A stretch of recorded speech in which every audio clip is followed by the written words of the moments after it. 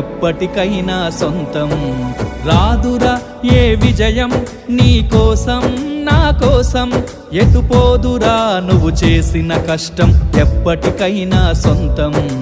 కాలంతో పయనించే వాడికి కానిది ఏముంది, సాధనతోనే సాధ్యమవ్వునని సదాశయంతో సాగర ముందుకు. రాదురా ఏ విజయం నీ కోసం నా కోసం, ఎటుపోదురా నువ్వు చేసిన కష్టం ఎప్పటికైనా సొంతం.